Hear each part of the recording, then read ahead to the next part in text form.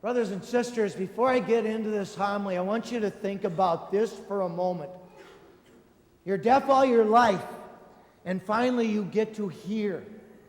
What do you think it would be like for the first time for you to hear? To hear. What would you hear? I'm going to come back to that, maybe surprise you with some things when we think about that, but just kind of ponder that question for a moment today. First, a word on Peter from the gospel of 2 Sundays ago. I want you to get ready for the gospel of next Sunday.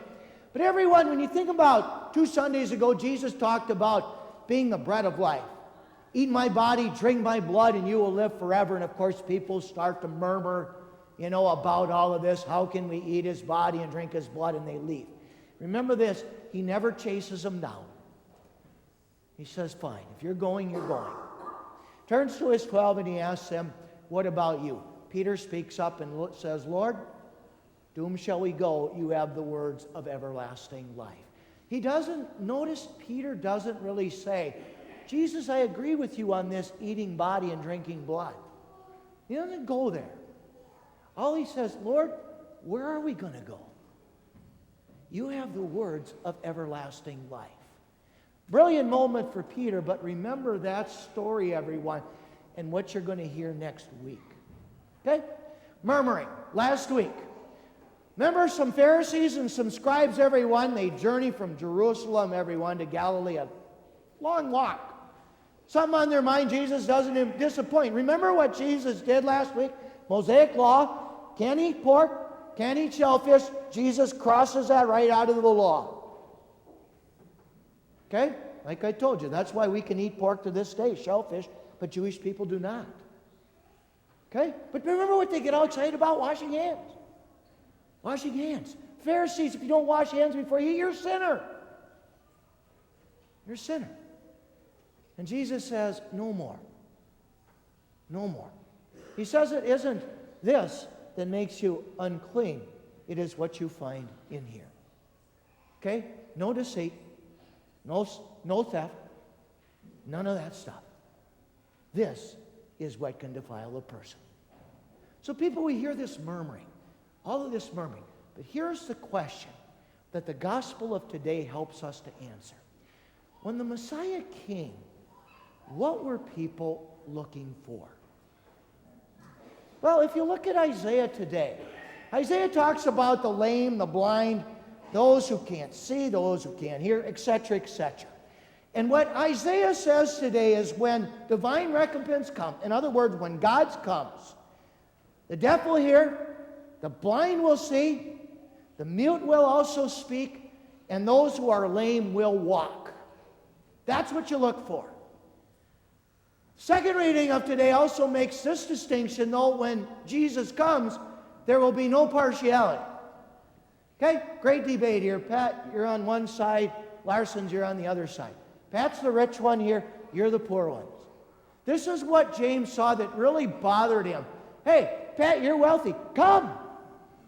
Come. Larson's, go find your own spot. Go find your own place. James said, cut it out. Stop this. There is no partiality. That's why when you come in, I don't say this, let me see your bank account, and I'll determine where you sit from that. Right? Makes sense? But that's what James bothered him. And so people, what our first reading and second reading today tell us is this, that when the Messiah comes, he will go to the blind, the crippled, the lame, and there will be no partiality. And by the way, we hear the gospel of today, and bingo. That's where he goes. We hear about a man, everyone, who's deaf, a man who has a speech impediment, and that's where Jesus goes. No partiality here, no distinctions. Okay, let's talk for a moment about the power of hearing.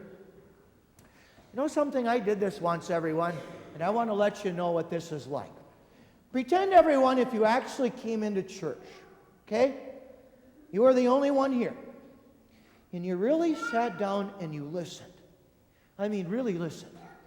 What are the things that you would hear? This is what I noticed when I did this experiment. This is what you hear. You hear doors open and close. By the way, when you came in today and you knelt down, did you even hear a door open and close? I doubt it. You can hear the fans. You know what? You can actually hear a kneeler, down, up. Here's what you hear. Interesting, crickets. You actually hear crickets. And you know something? There you are, and it is kind of mesmerizing. And you imagine, well, what if somebody came up to me and they said something to me and I didn't respond? They probably think one of three things. Number one, he didn't hear me. Number two, he's deep in thought. Or number three is this: what's wrong with him? What's wrong with this person? Well, in the gospel of today, everyone, you get the third option. Here is somebody that if you came up behind them, everyone, and they're deaf, and you tried to say something to them and they didn't respond, you would say automatically, what is wrong with them? Okay? Remember yesterday, hands at the wedding, we talked about the power of hands? Talked about that, right hand, left hand? Here's another story for you to hear. What does Jesus use? His hands. He goes up to this man, everyone, who can't hear, who can't speak. By the way, it makes sense that if you can't hear, how are you to know how to speak? Right? You can't hear what you're saying. Can't hear it. It's going to be an impediment. Takes his hands, touches his ears. Yes, everyone, kind of gross, but spits. Touches his tongue. And he can speak. Hearing. What would you hear? You know something? If the first thing you heard was me, it would sound foreign. How would you know what I'm saying means? You would never understand pitches or tones. You know what? Somebody came up and the first thing you heard was they were yelling and screaming and hollering. You know what you would think? That's normal. Never heard it before. Imagine this. There you are, driving down the road, and all of a sudden behind you, you hear, woo! You wouldn't know what it means. Not a clue. Amazing, isn't it? And yet, everyone, if I asked you, and I asked the person, is it worth it? The answer you would give me is, yes, it is. Here's what's interesting, though. Read the gospel. You never learn what happens to the man. Some stories, we hear what happens. This guy, we know he could hear, we know he could speak. But you know something? We don't know if he followed Jesus. But I want to leave us with one thought on what Jesus did. People, I've talked to you so many times about my sister. Remember my sister, everyone? Hearing aids since she was young, so there was that hearing impairment. You know something? My sister went through the trauma so many times of having to try to figure out what people were saying, and people get angry. You know what they do? They live in a world by themselves. Genius today with Jesus. Here's a man, everyone, who's deaf, who has a speech impediment, and what does Jesus do? It's brilliant. He takes him off what? By himself. Let's get away from all of that. Move away. Get away from that. Okay? And then he works. People, it's exactly what Jesus wants to do with you and me. Too many times I think, how come I can't hear God? God doesn't speak in lightning and thunder.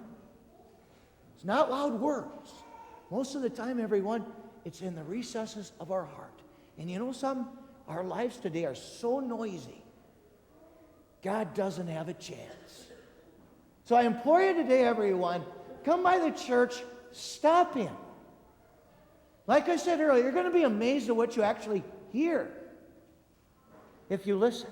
Turn your radios off in your vehicles.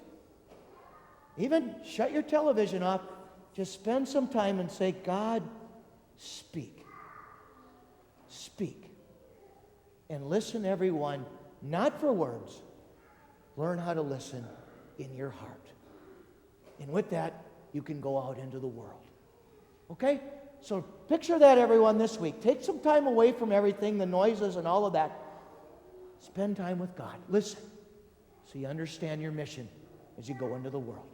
So brothers and sisters, on this Labor Day weekend, knowing my gratitude for all of you who work, for all you retired, for those of you in school, remember this, everyone, we need each other. We depend upon each other. You need a priest, I need farmers. You need a physician, we need nurses. It's the way God made the world so that we could be there for each other, to depend upon each other. Okay? My gratitude for all that you do, too. For those who are unemployed, seeking employment, remember them, too. And how hard this Labor Day is for them. Okay? So God's blessings to you, everyone. Let's take a moment of quiet now. And let's listen for the voice of God.